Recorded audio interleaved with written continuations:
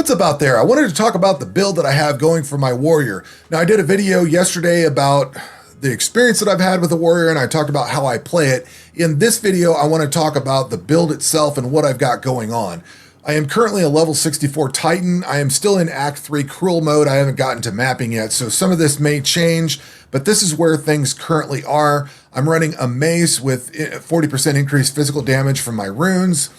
This is the mace that I've got. This is the helmet that I have, amulet, chest piece, ruby ring, topaz ring, gloves, belt, and boots. The belt is the newest thing that I've got. This is item level 60. This dropped in either Act 2 or 3 of Cruel mode. I don't remember which. Everything else is fairly low level. Item level 32, item level 44, item level 35, 30, 32, 42. And 32 on that one, and 39. This mace I actually bought from this guy over here, Oswald. I bought it from him. I bought it as a magic item and converted that over into, well, upgraded it into the mace that you see here. This I actually bought in Act 3 the first time around. So this gear has held me out through this entire time. I am in Trade League. The only thing I use Trade League for is a currency exchange. I actually like the currency exchange. Playing SSF is how I normally roll, but in this, since they've added the currency exchange to PoE 1 and PoE 2, I've been playing in Trade League, just taking advantage of that one thing. So none of this gear was bought on any kind of trade site. All this gear is stuff that I've crafted up myself. What I did on the currency exchange is I dropped the Divine. I traded that for, I don't know, however 10 or 11 or so exalts, and then I just applied those exalts to this gear. I have yet to get anything better. I will say that gambling works fairly well, although it burns through your currency fairly quickly. And I've respec'd a lot of things, so I've burned through a lot of gold, and it is what it is. But this is where my build currently is. What I'm using is Volcanic Fissure. I've got Hammer of the Gods, Sunder, Ancestral Warrior Totem, which I don't know if I like that all that much. And then I've got Infernal Cry. I may end up pulling this Ancestral Warrior Totem out. It was kind of more of a trial thing. I've only got 1,490 life. I hear life is very hard to come by. Again, this is the gear that I'm stuck with at the moment, so I don't have any way of upgrading it. And as we go through the campaign, your resistances get dropped every time. So what were really good resistances at the end of Act 3 the first time are now kind of mediocre. I did get something, this has got 32% fire res on this belt, so that's why I ended up putting it on. But my other cold and lightning are not not great. They're not good at all. And then my chaos resistance, the only reason I have that is something in here that drops this thing here. Whatever this was, dropped me a chance to get plus 10 chaos res. So that's the only reason that I have any chaos res at all. I think I've found like one ring or something that gave me like 7% chaos res, but to equip that, I'd have to take off all the stuff that gives me all the other resistances. So that's not worth it. Although you do take a lot of poison damage where things are. But at any rate, this is the build that I've got going on, and if you go look at the way I was talking about how I play Warrior, I basically throw the Volcanic Fissure down and follow it up with Sunder. The reason for that is Volcanic Fissure lays down the fissure, and when you hit that with a second slam skill or a different slam skill, it throws that fissure up and does a bunch of fire damage on top of whatever the Sunder and everything's doing. So that works out really well. And then Infernal Cry, I like Infernal Cry. I tried Seismic Cry for a little bit, but the problem is with Infernal Cry, you can precast it, so you can wind it up and already have it ready to exert or empower, whatever they call it in this game. But you can empower the shot before you use it. So you can, like you're going up to a boss fight, you can run it, you can fire off Infernal Cry and then throw Sunder out. It's already empowered and ready to go. With Seismic Cry, it only empowers the shot once you heavily stun something. It was just not kicking off enough, so I didn't bother with it. I liked Infernal Cry a lot more, and when we get in the passive tree, I'll show you why.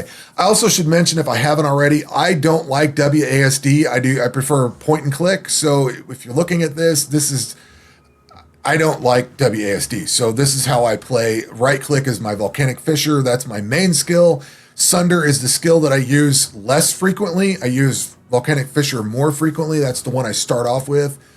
But it just made a natural workflow of going with the light strike and then a heavy strike. I know there's slam skills. I don't mean strike as in skill in PoE, the skill tag. I mean just you're going to hit something, your I guess, attack, terminology would be attack. So your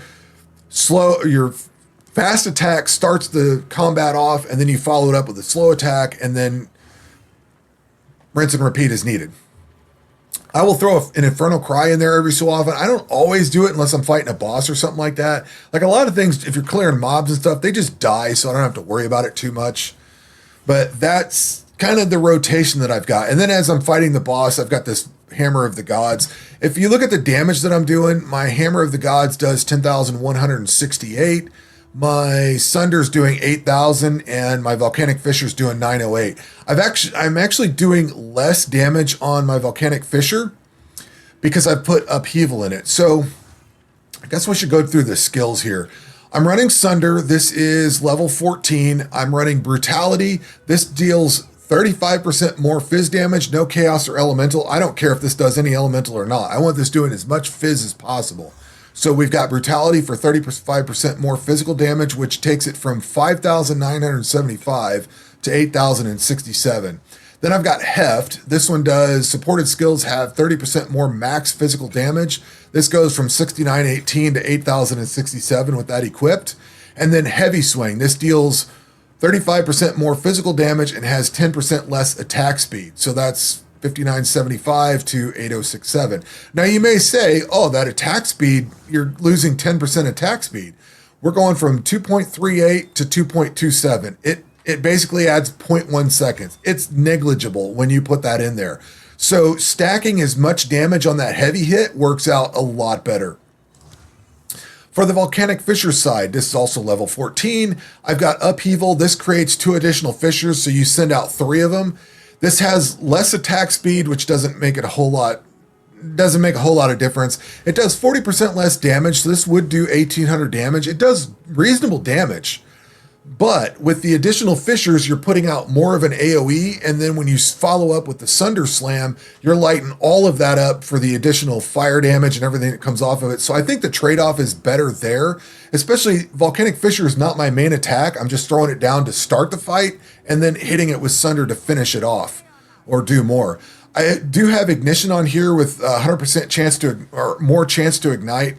I don't know what Ignite does exactly in this game.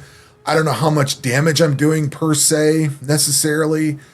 Their 4-second Ignite duration. I don't see where it says how much damage the Ignite does. Well, Ignite damage, I guess it's right here, 137 to 186. So it's doing some damage as it does Ignite.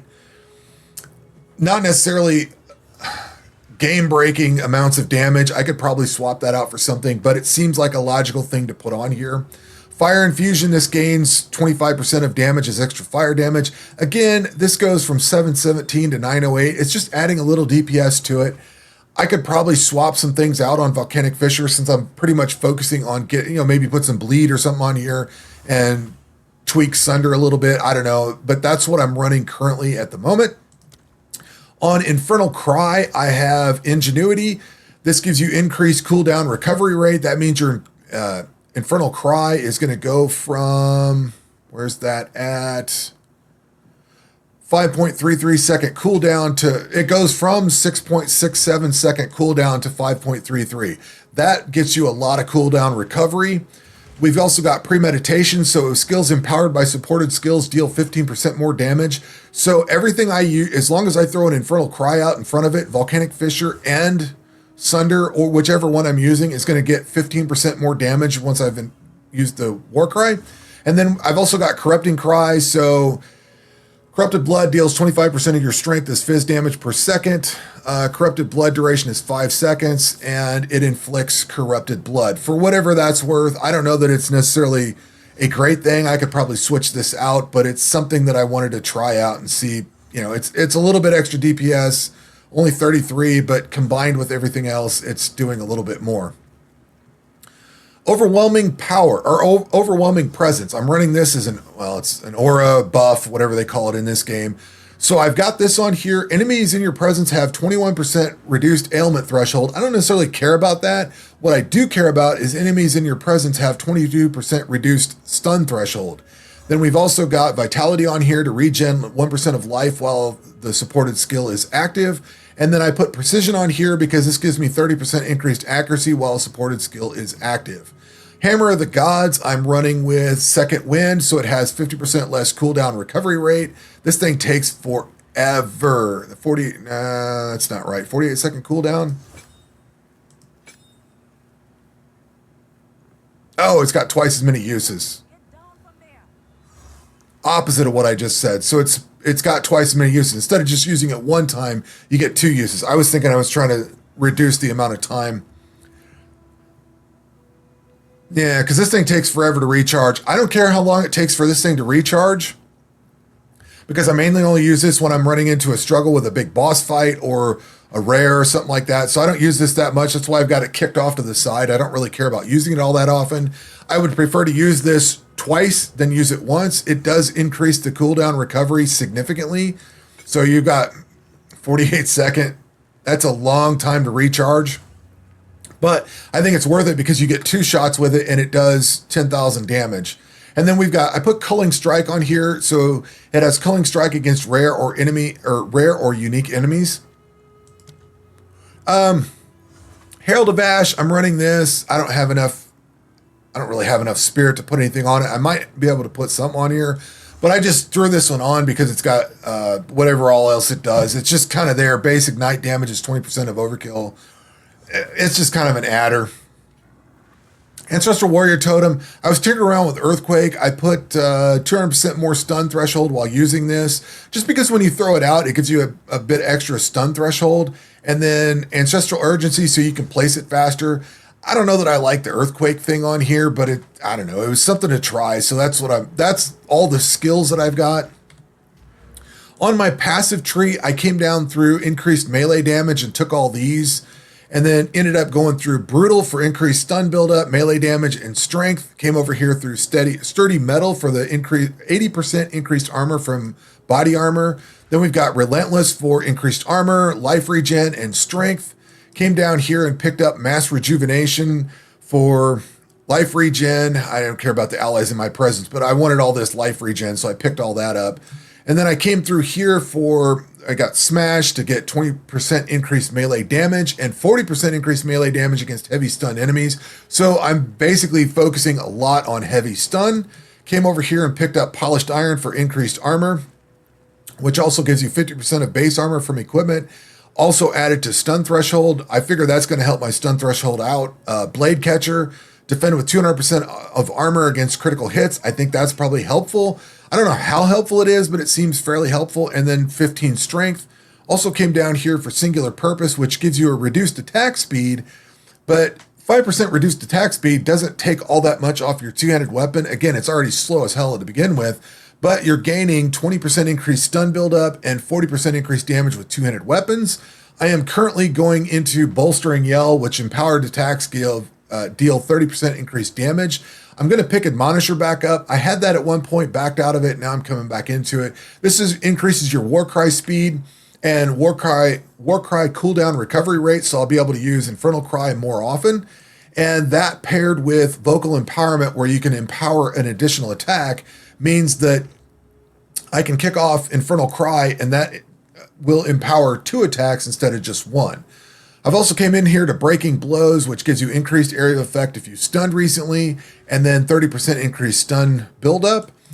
Over here to Titanic with 30% increased stun buildup, 30% increased stun threshold, and 5% increased strength. I also picked up Made to Last, which gives you 15% of physical damage prevented recouped as life. I think that's helpful. I don't know how helpful, but you get increased armor and life regen along the way, so I thought it'd be a good one to take. Skull Crusher, 20% more damage against heavy stun enemies with maces, and Split the Earth. This is huge. I like this. 10% chance to Aftershock for slam skills you use with maces. It also does strike skills, but I picked that up because there is an Aftershock support gem you can put on, but this just gives it to you without putting the support gem on. I was already in the area. I just picked all this up because it's all increased damage or chance for Aftershock, stun buildup, that whole mace cluster. I think that's the only mace cluster on the entire passive tree as well. I've got a couple of jewel sockets. These suck. This has got increased Warcry speed. Everything else is useless on here. This one's got increased melee damage. Everything else is useless because I'm not doing weapon swaps right now. And then I took Cranial Impact. This gives you 30% increased stun buildup, gain an endurance charge when heavy stun a rare or unique enemy.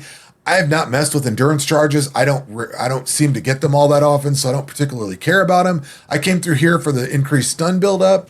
Then you also get increased damage with two-handed weapons and increased stun buildup, increased damage with two-handed weapons, and then hits that heavy stun have Culling Strike.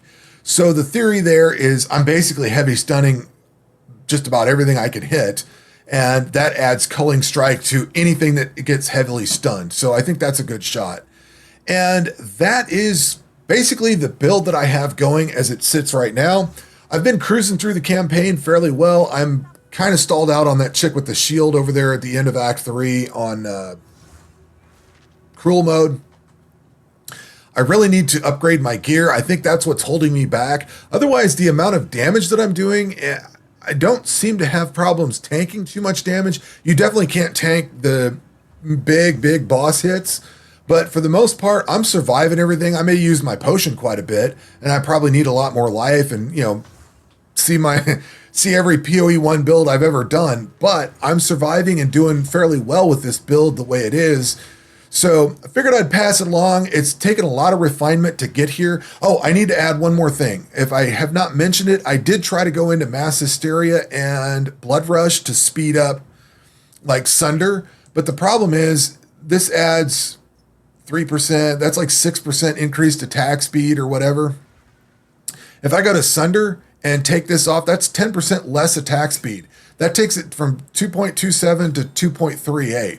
You can see that this, with all of this at 12 or whatever it is percent attack speed that you get, it doesn't really add up to much. This thing might be 2.2. If I take this off, it's 2.27. I may get 2.17 or something like that out of this. It doesn't make much of a difference at all.